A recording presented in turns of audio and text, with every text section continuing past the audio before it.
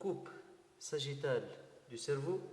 Avant de commencer par les structures nerveuses, je vais commencer par les structures annexées aux structures nerveuses dans cette coupe. Ici, c'est le cuir chevelu avec l'os du crâne. Ici, au niveau du calvarial, qui est formé par deux tables, table externe et table interne, qui sont constituées de l'os compact avec de l'os spongieux entre les deux tables qu'on appelle diploé. Ici, c'est le sinus frontal au niveau de l'os frontal. Ici, c'est le sinus sagittal au niveau de l'os sphénoïde. C'est le sinus sphénoïde au niveau de l'os sphénoïde avec, au niveau de l'os sphénoïde, la selle turcique qui loge la glande hypophysaire. Ici, c'est au niveau du nez la cornée supérieure, cornée moyen et cornée inférieure, avec méa supérieur, méa moyen et méa inférieur. Le nez est ouvert en avant par les narines, en arrière par les coanes. Cette partie s'appelle rhinopharynx ou nasopharynx ou cavum. Cette partie qui répond à la cavité buccale, c'est l'oropharynx, puis le laryngopharynx. Au niveau du cavum, ici, c'est l'ouverture du canal aux trompes d'Eustache. C'est un canal qui relie l'oreille moyenne au cavum. Son rôle est l'équilibre de pression. À ce niveau, il y a le voile de palais, palais osseux qui est constitué par les deux processus palatins de l'os maxillaire avec l'os palatin. Ici, palais mou. La cavité buccale, ici une coupe au niveau du mandibule. L'os hyoïde coupé avec les muscles de la langue. Les dents sont les incisives supérieures et inférieures, incisives médiales. Ici,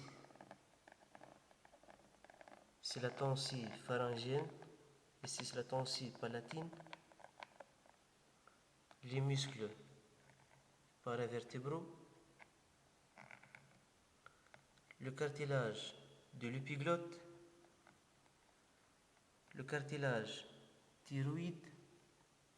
Le cartilage cricoïde. Puis le trachéa. À ce niveau sont situées les cordes vocales. Ici, c'est l'œsophage. Ici, c'est le foramen magnum. Ici, c'est l'atlas, coupe au niveau de l'atlas. Oui, l'axis, avec dents de l'axis. Troisième, quatrième, cinquième, sixième et septième vertèbres cervicales.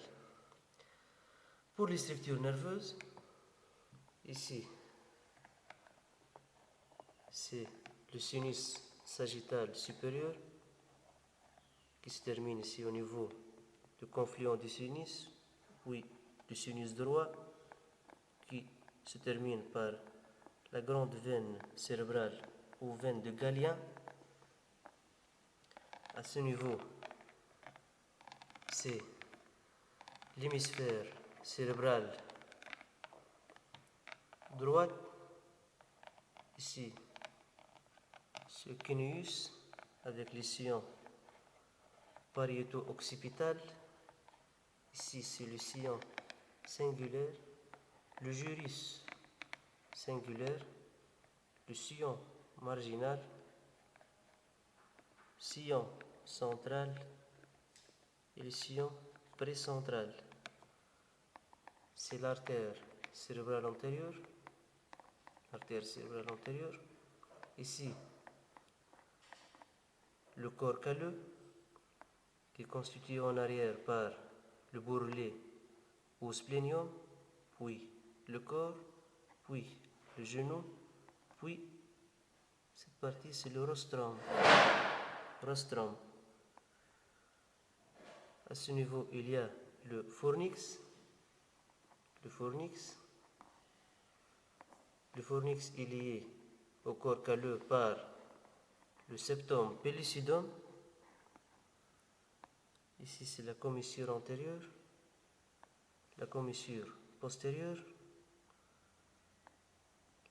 la glande épiphysaire qui se termine par les prolongements épiphysaires.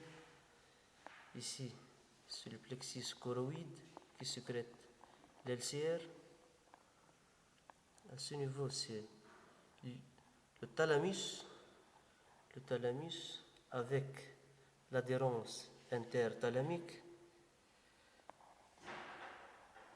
Cette partie répond à l'hypothalamus. Ici, il y a le chiasma optique qui est en rapport ultime avec la glande hypophysaire qui est logée dans la selle turcique. Ici, c'est le corps mammillaire.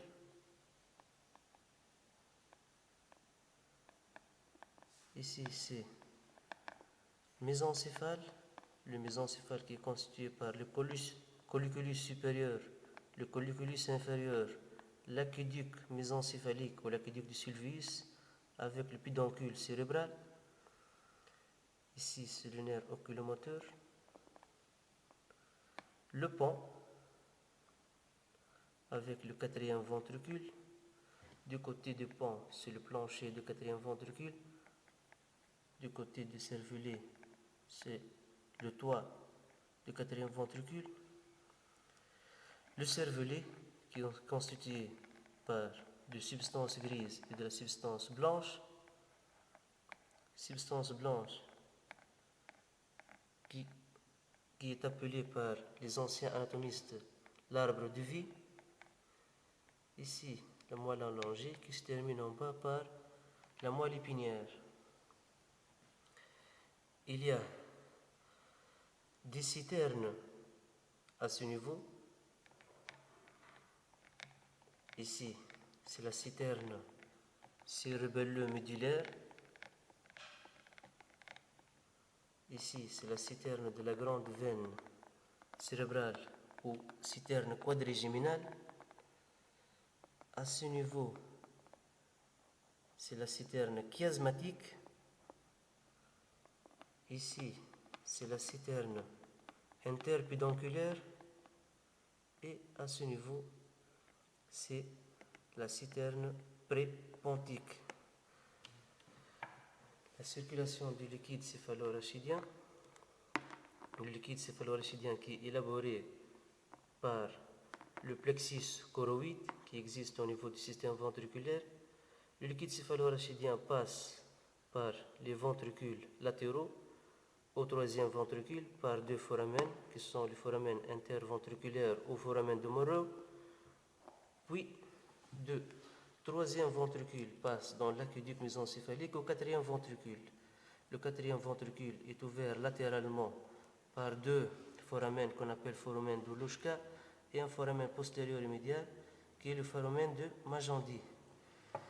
Le liquide céphalorachidien donc sort à ce niveau et passe dans l'espace subarachnoïdien et va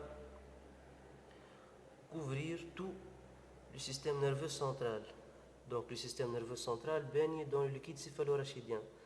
Le liquide céphalorachidien qui est sécrété à ce niveau va passer de ce côté. Il arrive à la citerne prépontique, puis à la citerne interpédonculaire, puis citerne chiasmatique, jusqu'à arriver à la partie supérieure et interne du calvaria. Et de l'autre côté de la citerne cérébello-médullaire aux citernes quadrigeminales pour arriver aussi à la partie supérieure et interne de calvaria.